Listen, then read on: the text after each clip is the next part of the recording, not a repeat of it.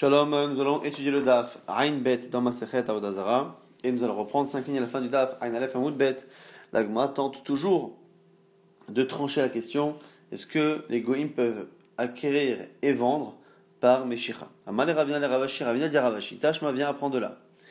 Dam Rabbi Chia bar Abba, Rabbi Yochanan, car Rabbi Yochanan a dit Ben Noach ne'erag al pachot mishave pruta. Un Ben Noach, donc un qui n'est pas juif, peut être condamné à mort pour un vol qui est moins d'une prouta. La valeur du moins d'une prouta, même si pour un juif ça ne pose pas le même problème, parce qu'on part du principe qu'un juif pour moins d'une prouta ça ne le dérange pas tant que ça, mais pour lui, le voleur, il sait que c'est quelque chose, et donc du coup c'est assourd, et les misot de Bnei ils sont toujours passibles de la peine de mort, donc du coup il est ne'erag mipachosh et prouta.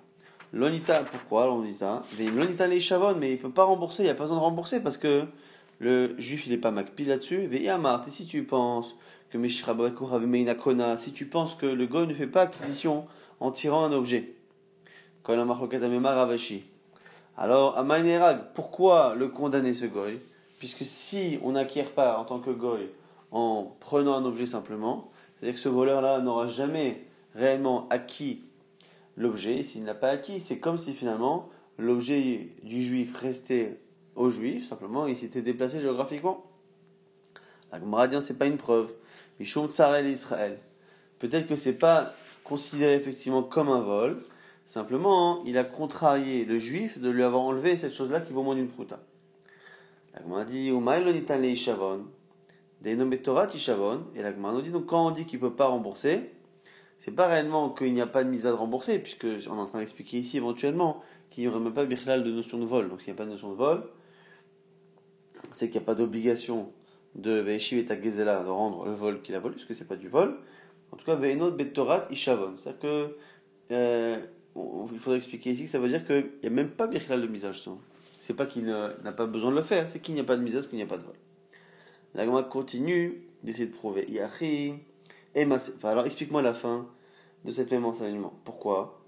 Si un autre voleur vient et vole au voleur, Neragalea, le deuxième voleur aussi, sera mis à mort. À la limite, tu m'as dit qu'il n'y avait pas de vol dans ce cas, parce que Mishicha c'est pas connu. Alors quoi? Le premier, ok, il a contrarié le juif. Et là c'est Ifa, mais à la fin, le dernier, le deuxième voleur, Maya Avid, qu'est-ce qu'il a fait au juif? Rien. Et là, Shmamina, Meshicha Bovet Kochavim Kona. Et donc tu vois bien que non, c'est parce que la Meshicha, le fait de prendre l'objet, ça fait Kinyan. Et donc le Goy a volé au juif, c'est un vrai vol considéré. Et donc, Yechamita. Et lorsque ce Goy-là qui a acquis se fait voler par un autre Goy, eh bien l'autre aussi sera Chayemita. Shmamina et l'Agmara tranche cette halacha que effectivement Meshicha, ça fait bien Kinyan. Le fait de tirer ou de porter un objet, ça fait bien Kinyan pour un non-juif. Nouvelle Sheila ici. C'est un homme qui a dit à son ami, qui lui demande d'acheter son terrain, il lui dit voilà, si je le vends un jour, pour l'instant je ne veux pas le vendre, je ne suis pas vendeur, et si je le vends à ce terrain, l'ach mezabnala, c'est à toi que je le vendrai. Et vous connaissez la suite, azal zabna leinish charina, finalement, il a vendu à quelqu'un d'autre. Amarav Yosef, ça nous dit kanakama, c'est celui à qui il a promis qui en est le propriétaire. Ça marche pas, la seconde vente n'est pas bonne. Il lui dit, allo pasak. Il lui dit, mais attends, ils n'ont pas prévu de valeur, ils n'ont pas fixé le prix. Donc comme ils n'ont pas fixé le prix, ce qui ressemblait à une promesse finalement n'était que des paroles, ça n'a pas de valeur de promesse de vente. Et la preuve que tant qu'il n'y a pas de fixation de prix, eh bien il ne peut pas y avoir un kinyan même si tous les autres ingrédients sont présents. Celui qui vend son vin à un goy, s'il a d'abord fixé le prix avant de verser et de mesurer le vin, l'argent sera autorisé. L'inverse, par contre, on a dit pourquoi? Parce que si il a fixé le prix avant, eh bien il y a kinyan avant, et donc le goy devient propriétaire du vin tant qu'il est cachère, et il ne devient yaïnesser, donc pas cachère, une fois qu'il est dans sa propriété. Et on veut surtout pas l'inverse, et c'est le problème qui peut se passer si par contre on n'a pas fixé le prix, c'est que il n'y a pas encore d'acquisition, et donc le vin devient assourd alors qu'il est encore dans la propriété du vendeur juif. Alors, la Gemara maintenant pose la question, Ma'ya ve'ala. Elle dit alors, halakha lema, c'est maintenant. Comment on tranche? Est-ce que on estime que tant qu'il n'y a pas de fixation de prix, il n'y a pas de kinyan, pas de promesse, qu'il y a une valeur ou pas? Alors la Gemara dit, je comprends pas, je t'ai répondu. Elle dit, Ma'ya ve'ala, kidamrinat, ça y est, tu m'as posé la question. Et je t'ai dit que il y avait une Mishnah. Dans notre Mishnah, on a vu que la fixation de prix était nécessaire à une quelconque acquisition. Et donc ce sera pareil dans le cas de la promesse de vente. Et la Gemara dit non, c'est pas évident. Pourquoi? Dilma, Chouman de Yeneser Sha'ane. On pourrait penser que comme notre Mishnah parle de Yeneser du vin, on sait très bien qu'il y a des halachot très strictes dans Yeneser. Et donc il n'est pas évident que le fonctionnement halachique de Yeneser soit transposé dans le cas de promesse d'une vente d'un terrain. Alors la Gemara propose une autre preuve. Tashma Damar Ravidi Avin. Ravidi Avin a dit Ouda Abba Berav Chizda. Un jour, une histoire similaire est arrivée dans Rav Chizda. Rav Chizda Beravuna et Rav Chizda a proposé le cas à Ravuna. Ou Paché, c'est Ravuna qui a répondu Midetania avec une braïta. Mashach Hamarav Po'alav. Il a pris, donc c'est quelqu'un qui achète une marchandise qui est transporté par des ânes. Donc l'acheteur, fait rentrer dans sa cour les chamarav et les po'ala. Il fait rentrer les employés. Les chamarav, c'est ceux qui guident les ânes. Il les ramène dans sa maison. Ben pasak, achelo madad, ben madad, achelo pasak. Que il ait fixé le prix avant d'avoir pesé, ou qu'il ait pesé les choses avant d'avoir fixé le prix. Lokana. Il n'y a pas ici de kinyan, il n'y a pas d'acquisition. Ushneem yecholim lachazor. Les deux peuvent revenir. On estime ici qu'il n'y a pas de vrai kinyan. Parce que même le fait de fixer le prix, c'est pas suffisant. C'est une condition éventuellement obligatoire, mais c'est pas suffisant. Et il n'y a pas eu ici d'action. Il n'y a même pas de kinyan khatser parce que l'objet n'est pas posé. En tout cas, parkan v'yechnisam letor beto. Dans le cas où on a fait descendre la marchandise des ânes et qu'on a fait rentrer les choses dans la maison. Si on a fixé le prix et après on a mesuré, pesé, à ce moment-là, on ne peut plus revenir dessus. Dans le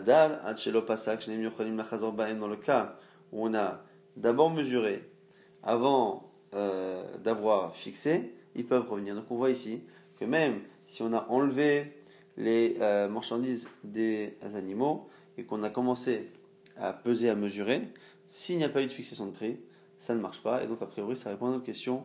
Il faut absolument qu'il y ait fixation de prix pour qu'il y ait acquisition. Et c'est valable à la fois dans l'Inesser et à la fois dans autre chose. Donc, du coup, on répond à notre question. Maintenant, l'Agma parle d'un cas légèrement différent. Haou Gabra, d'Amar Lechavre, c'est l'histoire d'un homme qui a dit à son ami Imizavdinala, Mizavdinala, Beme Azouzé. Là, il lui a fait une promesse de vente, mais avec un prix. Il a dit, écoute, pour l'instant je ne suis pas vendeur, mais comme tu veux me l'acheter à 112, sache que si un jour je le vends, je le vendrai à toi et à 112. Et un jour, il a vendu à quelqu'un d'autre finalement, mais non pas à 100, mais à 120. Amar Kana nous dit Kanakama. C'est le premier propriétaire qui gagne, parce qu'il lui avait promis avec une fixation, donc la fixation de prix ici normalement est suffisante. Matkif la Rav Yaakov Minar Pekod, et Rav Yaakov Minar Pekod répond Haïzouze Ansu. Il dit non. Ça marche, pourquoi? Parce qu'à partir du moment où on l'a proposé plus, c'est pas de sa faute. C'est presque un cas de force majeure. Ansu, on l'a forcé. Qui peut refuser plus d'argent pour simplement des paroles? Et donc, du coup, il y a qui Rav Yaakov Minar Pekod, la lacha est ainsi. Et donc, à partir du moment où on l'a proposé plus, on ne peut pas lui demander de respecter ce qui n'était finalement qu'un engagement oral comme ça entre eux, mais qui n'était pas réellement un engagement écrit sous forme de contrat. Amar les Kedeshai mais Betlata. Maintenant, c'est l'histoire d'un bonhomme qui veut vendre, on va dire du vin, ou même un terrain. Il vend un terrain et il lui dit voilà, je te le vendrai au prix qu'auront estimé 3 personnes. On va prendre 3 personnes et le prix qu'ils vont estimer sera le prix de vente. Alors on nous dit ici qu'Afilou très migot lata, même si finalement il n'y en a que 2 qui se mettent d'accord sur les 3, ça marche. Quand on dit 3, c'est parce que c'est un beddin 3. Et un beddin, c'est pour avoir justement une majorité. Et donc, quand on dit 3, on pense dès le départ au fait que ce soit 2 sur 3. Par contre, s'il n'a pas dit l'estimation de 3, mais qu'il dit qu'il est Amré Betlata, selon la parole de 3 personnes, ça veut dire qu'il veut vraiment qu'il y ait 3 personnes qui disent la même chose. Et donc, si les 3 ne sont pas d'accord, ça ne marche pas. Ad Amré Betlata, jusqu'à ce qu'il y en ait 3 qui parlent. Kedesh Amebe Arba, si par contre il a dit pour 4, mais il n'a même pas précisé comment s'exprimeront les 4. Il a simplement dit comment vont jauger les 4. Est-ce qu'on part du principe qu'il suffit d'une majorité, comme on a vu pour les 3, avec l'expression Shaimé, ou pas? Alors la Gemara dit non. Adamri Be'arba, il faut que les 4 soient d'accord. Pourquoi? Parce qu'on part du principe que quand quelqu'un dit 3, s'il ne précise pas qu'il veut que les 3 disent la même chose, ça veut dire qu'il veut un beddin, c'est une majorité. Mais dès qu'on sort du chiffre 3, on n'est plus dans un beddin, et à ce moment-là, ça veut dire qu'il veut toutes les personnes. Et donc du coup, quand chacun a fortiori, et Radamale, a fortiori s'il a précisé qu'il veut que les 4 s'expriment de manière équivalente. Amalek, il est Shaimé Betlata, Veatutlata, Veshamua. Maintenant, il a dit 3 personnes. Ils ont pris 3 personnes. Et il y en a un des deux qui dit Leitutlata Chaine de Kim Leutfe. Non, je sens qu'ils ne sont pas spécialistes. Finalement, j'en veux 3 autres à la place. Amar Papa Adina ou Demakev. Papa autorise que l'un des deux fasse cela. Matkifla Ravuna, Vered Rachel lui dit Attends, Mimaï Dane Kim Leutfe. Qui nous dit que les seconds sont meilleurs que les premiers? Il dit Mane Kim Leutfe, c'est que ce sont les premiers qui sont meilleurs. Et donc, du coup, on ne peut pas faire ça. Et Chetal al ainsi qu'effectivement, on ne peut pas dire cela, car Una Vered Rav Yoshua. Alors, Nataleta Mashper, Daletor Slochito, Shelovet Kochavim. Là, ici, on a un juif. A priori, dans le cas Pachout, c'est un juif qui vend du vin à un goy et qui verse le vin du tonneau vers la bouteille. Mais pour verser dans une bouteille, il faut un entonnoir, c'est ce fameux mashper. Donc, il verse dans le mashper les dors Slochito jusqu'à la bouteille en verre du Ravet Kochavim. Chazar, Omada, les dors Slochito chez Israël. Et après, il va le faire dans la bouteille d'un juif. Mais je bois un kevet yain assour. Si l'entonnoir comporte un endroit sur le bord, sur le haut, qui peut retenir des gouttes de vin, le vin d'Israël sera problématique, donc a priori, parce que il y aura eu un contact. On verra exactement quelle est la situation. Amare mikli quel issu qui verse d'un ustensile à un autre, et shera mimenu mutar, et shera letocho assour. Celui qui le keli supérieur restera autorisé et ce qui est en dessous sera interdit. On part du principe aussi qu'il y a des gouttes en dessous de Yaineser, mais on verra tout ça dans la Gemara. Maintenant on pose une question. Nitzog va katapras ou mashke tofeach eno chibu loletuma veloletara. Là ici on parle de contact qu'il peut y avoir entre deux liquides.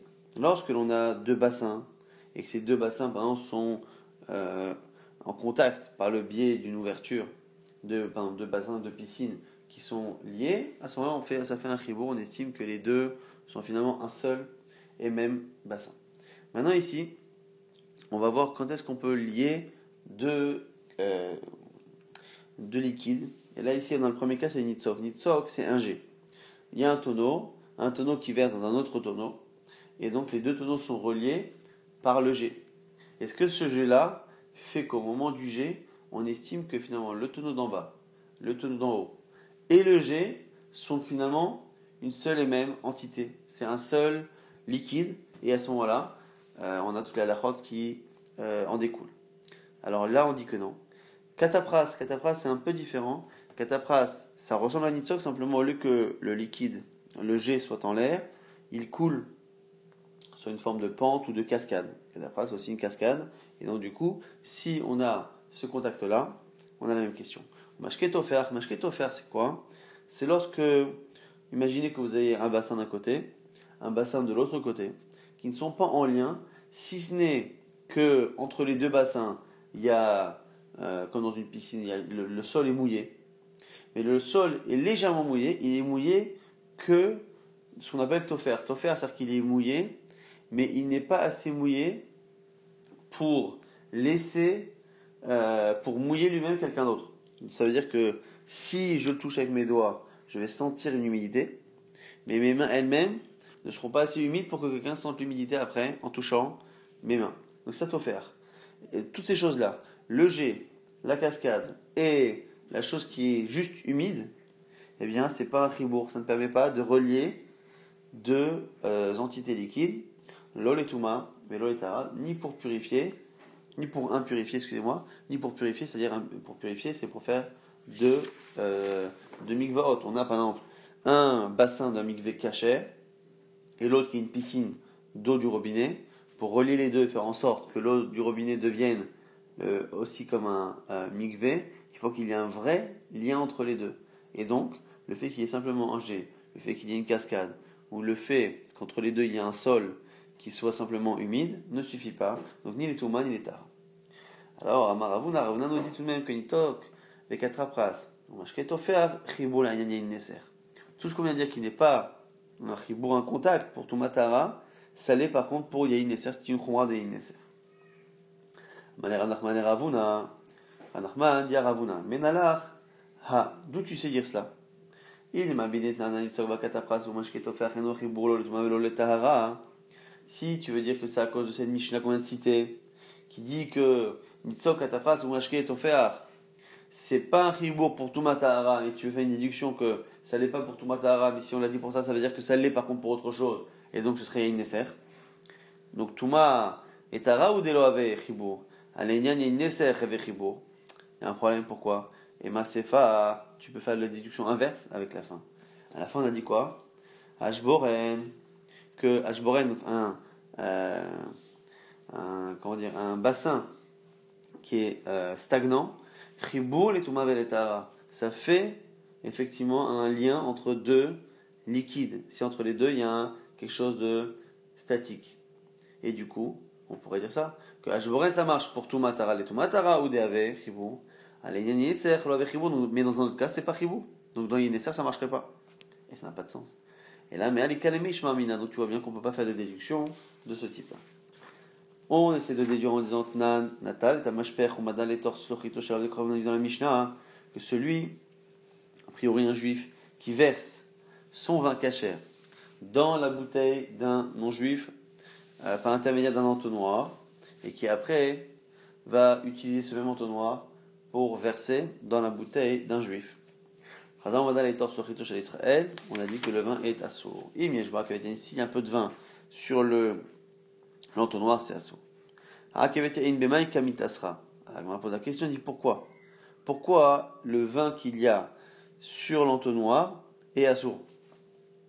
Puisqu'a priori, quand il a versé depuis son tonneau la première fois dans la bouteille du goy par l'intermédiaire de l'entonnoir, le vin est caché quand il est dans l'entonnoir du juif, il est encore caché lorsqu'il est dans le tonneau, il est caché lorsqu'il est dans l'entonnoir, et ce ne sera que après que dans la bouteille que le vin sera interdit.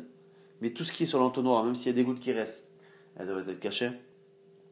Alors n'est-ce pas que c'est une preuve que Nitzok, il y a un lien par Nitzok par le G, ou Shmamina Nitzok Ribour, ce serait une preuve effectivement, comme a dit Ravuna, que Nitzok c'est Ribour, c'est-à-dire que en fait le vin dans la bouteille est interdit, mais comme ce vin qui est dans la bouteille est relié par le G à ce qu'il y a dans l'entonnoir, c'est pour ça que le vin dans l'entonnoir est assourd. Elle m'a dit non.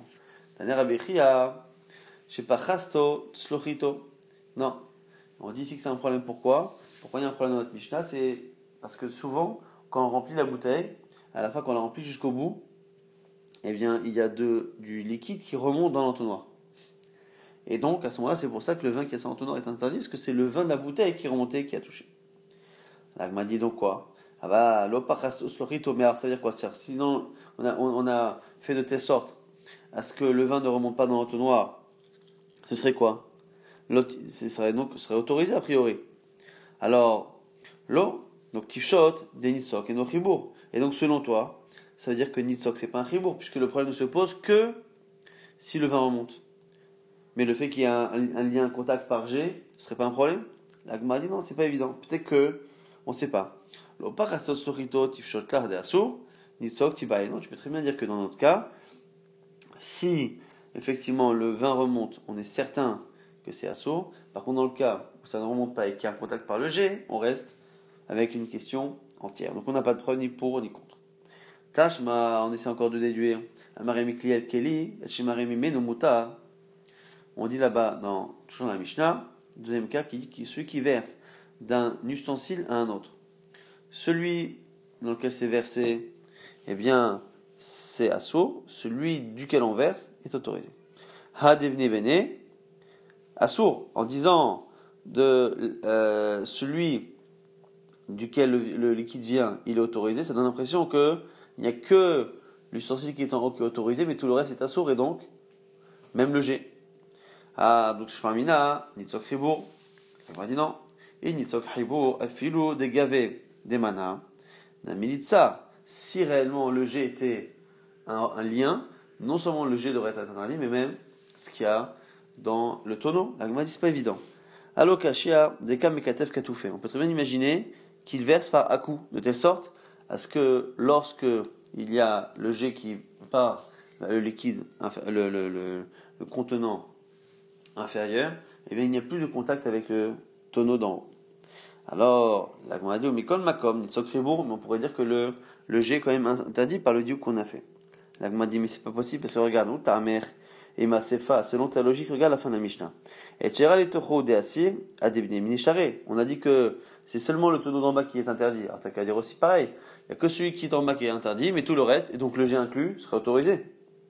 Et là, mais Alikale Mishmarmina, donc tu peux pas faire des déductions de ce type, et donc il n'y a pas de réponse. Tashma, Meare, Michavit les bords, celui qui vide un tonneau vers une fosse, un puits, qui loa chayored, misfat chavit les mata, asso. Ce qui finalement est versé est interdit. Alors on a l'impression ici que c'est vraiment le jet. Alors on dit targem arav shechet, avec kochavim meare deatemi kocho. Là-bas Rav Shechet explique mais non là-bas c'est spécial, c'est le goy qui verse et donc c'est pour ça c'est lui qui par sa force déplace le vin donc c'est interdit. On dit avec kochavim meare afilo gava de chavit anami mitza. Alors pourquoi on parle que du jet, que de ce qui est en dessous qui est assourd, on devrait aussi dire que le tonneau est assourd. On dit quoi avec kochavim midarabanan ou deasir. Le déplacement d'un vin par un goy n'interdit que midarabanan et ils ont fait une zéra particulière que Aoud et Nafak les Baraï qui n'interdisent que ce qui est déplacé par le goy et ce qui sort du contenant. Gazrou Berabanan, Aoud et les Gavas qui est à l'intérieur, le Gazrou Berabanan, il n'y a pas eu de zéra Chachami. Amaloura Prisa Leanou Saviota, Aprisa dit à des vendeurs de vin qui kaili tu chamra, alors dès qu'on avait une katfe, katoufé. Lorsque vous versez le vin pour le goy, faites attention de verser par à-coup, de telle sorte à ce qu'il n'y ait pas de contact entre le liquide qui est en bas qui est au goy et le liquide qui est en haut dans votre tonneau. Inami, napse, mafutse, ou sinon, vous pouvez verser de très très haut, de telle sorte à ce qu'il n'y ait pas de contact. Donc ici, on ne parle pas de verser comme le thé à la marocaine, de telle sorte à ce qu'il y ait un contact, mais faire en sorte justement que c'est tellement haut qu'il n'y a plus de contact entre le haut et le bas. Rava s'adressait ici au shfochae, c'est ceux qui étaient justement spécialistes dans le fait de verser le vin d'un tonneau à un autre, d'un tonneau à une bouteille. C'était leur travail. Lorsque vous versez le vin, faites attention à ce que le goy ne vienne pas s'approcher pour vous aider. De peur que vous lui laissez le tonneau pour le pousser, le verser ou quelque chose, et à ce moment-là, avec Atim et Kocho Vasir, que si ça vient de sa force, de son geste, ça devient un sourd, et vous vous retrouvez avec un inesser, qui appartient encore à un juif, qui n'est pas vendable à un goy. Aou Gavra Dasir Chamra Bigishta ou Badgishta. C'est l'histoire d'un homme qui a finalement utilisé une sorte de robinet pour prendre justement le vin d'un tonneau. Tawel Kochavim, Anar Yede Agishta. Et on a ici le Ravel Kochavim qui a mis sa main à l'endroit même de ce fameux robinet. Alors on va expliquer un peu le fonctionnement de ce Gishta. C'est une sorte comme une paille en fait, mais en forme de V. Donc de V comme ça inversé. Donc on prenait en fait un tonneau plein, un tonneau vide. Dans le tonneau plein, alors c'est un V, mais on va dire avec deux barres de longueur différentes. Donc on inverse ce V et on met la partie longue dans le fond du tonneau qui est rempli. Et de l'autre côté, donc on a l'autre barre du V donc inversée qui est plus courte. Et à ce moment-là, avec la bouche, on aspire Et une fois qu'on aspire et qu'on fait venir le liquide, c'est un système qui est de telle sorte à ce qu'une fois que le vin commençait à couler, après il continuait à couler, donc ça permettait de vider en partie le tonneau rempli dans un tonneau qui était vide. Et là ici, le goy a touché le vin qui sort vers le tonneau qui est vide. Et Asre Rava, les coulées Khamra. Rava a interdit tout le vin des deux tonneaux. Donc on voit qu'il y a un contact. Mané Rafapa, les Rava, Vamrela, Ravada, Bar Matna. Les Ravines qui disent c'est Rafapa, d'autres qui disent que c'est Ravada, Bar Matna, qui disent, et les qui disent Vamrela, Ravina, les Rava, Bemaï. Ben Nitzok, je vois bien le Nitzok Ribour. C'est-à-dire selon toi, le Nitzok, le G, c'est un Ribour, ça fait un contact. Au moins dans les Nesser en tout cas. Alors il dit, Shana, c'est spécial là-bas, des coulées Khama, Agishta ou Bad Gishta, Gari. Que comme le vin va tout seul de l'un à l'autre, pas sûr ici que c'est le même statut que Nitzok, et donc on pourrait justement dire que là-bas c'est spécial. Amar Marzoutra Beredara Nachman, Kanish Kanin Share. Alors ici, Kanish Kanin, c'est un ustensile dans lequel il y a une sorte de tuyau de paille là aussi, et on peut du coup à deux boire d'un tonneau avec ce système de paille, de double paille, les pailles qui sont à un moment donné, à la base, à l'origine, reliées. Et on nous dit qu'on peut le boire avec un goy. Et bien, on nous dit quand même des kadim ou pasak Israël. Aval kadam pasak avec ochavim l'eau.